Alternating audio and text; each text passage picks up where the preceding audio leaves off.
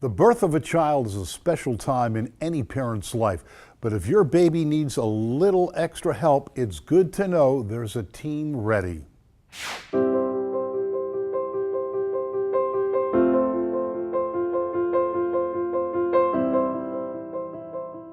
It's odd because my birth experience was not typical, and some would call it traumatic, but it was a great experience. It's so weird that I had a baby in the NICU and I had a great birth experience, and it's because of the doctors and the nurses at St. Luke's.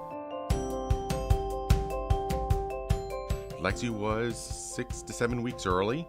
We really didn't have anything planned. At the last minute, Lonnie went into labor and we rushed to get somewhere, and St. Luke's took us in. It's important to know that outcomes and care is not defined by me. It's actually defined by the person receiving care. So my approach is really to ask people, how can we care for you? What does that mean to you? What does that look like to you? My husband was terrified, absolutely terrified, but I just felt, I don't know, it was weird, like a calm came over me just because of the people at St. Luke's that were working with me and comforting me. I mean, I just felt like everything was going to be okay. 32 weeks, I presented with some medical issues that called my doctor. My doctor said, meet us at St. Luke's. You know, we gotta assess the situation. When I got there, I was actually contracting, and they really reassured me that everything would be okay and that we would be taken care of. And so, I mean, I was cracking jokes on the operating room table. I mean, that's just how comfortable I felt.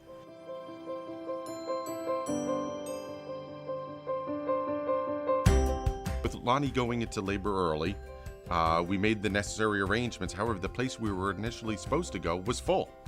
And without having any backup plans, our doctor suggested St. Luke's. And we put all our faith and trust in St. Luke's and the doctor.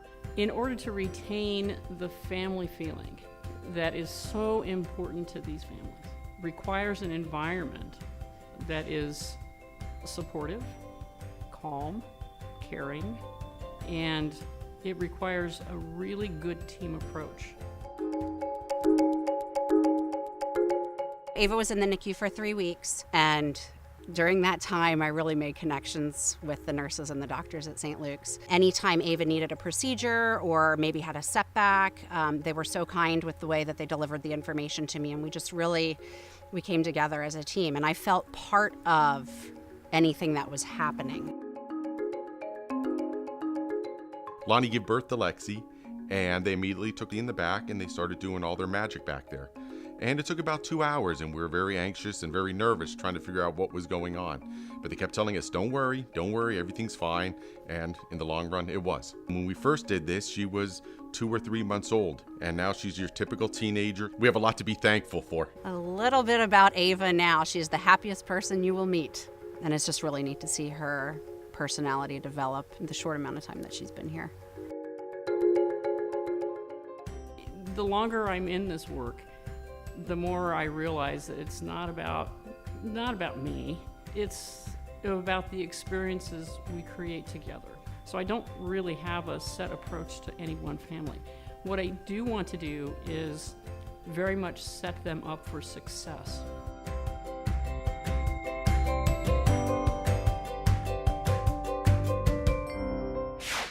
Joining me in the studio is Dr. Kim Costello. She's the medical director of the NICU at St. Luke's University Health Network. Dr. Costello, thanks for being here. Thank you so much for inviting me. So we saw in the piece that the collaboration of all of the parties involved when a baby goes into the NICU, from the OBGYN to the parents to the NICU doctors, is really important, and the pediatricians.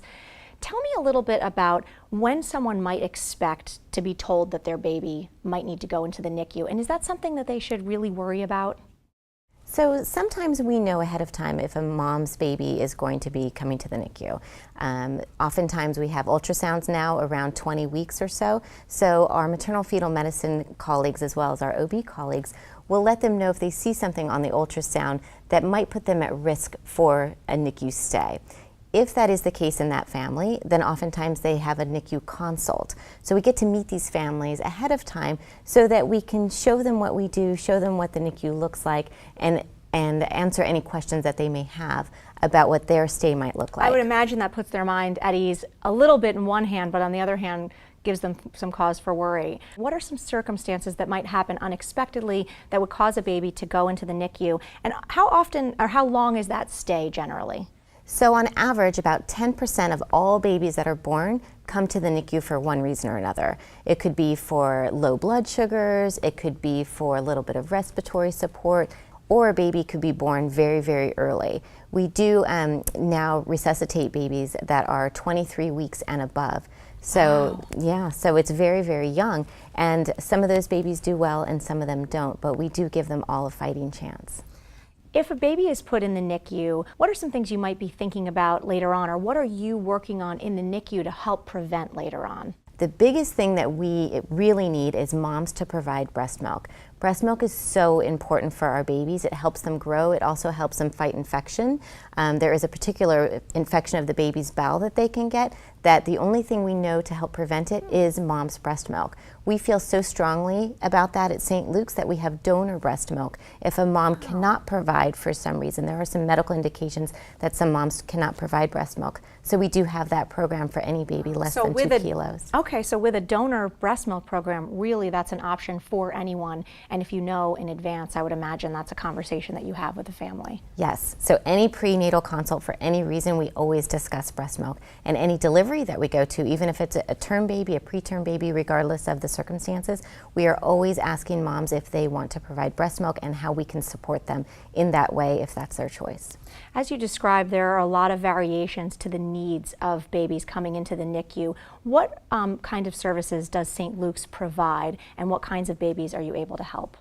So at St. Luke's Bethlehem, we have a 23-bed level 3 NICU, and at St. Luke's Allentown, we have a 7-bed level 2 NICU.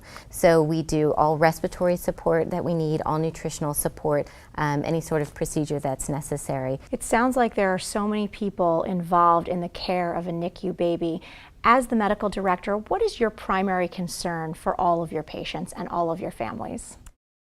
I think that the primary concern of our babies is that they can grow up to be healthy, happy children, whatever that means for them, and for us to help their families really understand their babies and to be able to care for them and to grow with them. So that's our overall concern. Every baby's different and every baby's going to grow up differently. We just want that baby to be the best that they can be. And what would your advice be to families who maybe have had a concern in their pregnancy and are worried right now? What do you want them to know about the NICU and the care that you can provide? I think what I would want them to know is that we are very family-centered. So we have families visit all day long. There are no visiting hours, so they come and go as they please. The entire team is there for them, and they're not on this journey all by themselves. And that the entire team, we have our physicians, we have nurse practitioners, we have all of our nurses that can help, as well as all of our ancillary staff with our social workers, our nutritionists, and our pharmacists. Dr. Costello, it was such a pleasure for us to meet everyone in the department and to meet the families of these thriving children who really are doing so well because of the NICU. So thank you so much. Thank you for having me. For more information on the NICU or maternal fetal medicine at St. Luke's, go to our website at thepeaktv.com. Thanks for watching, and remember, every day is an opportunity to be your best self. This is The Peak.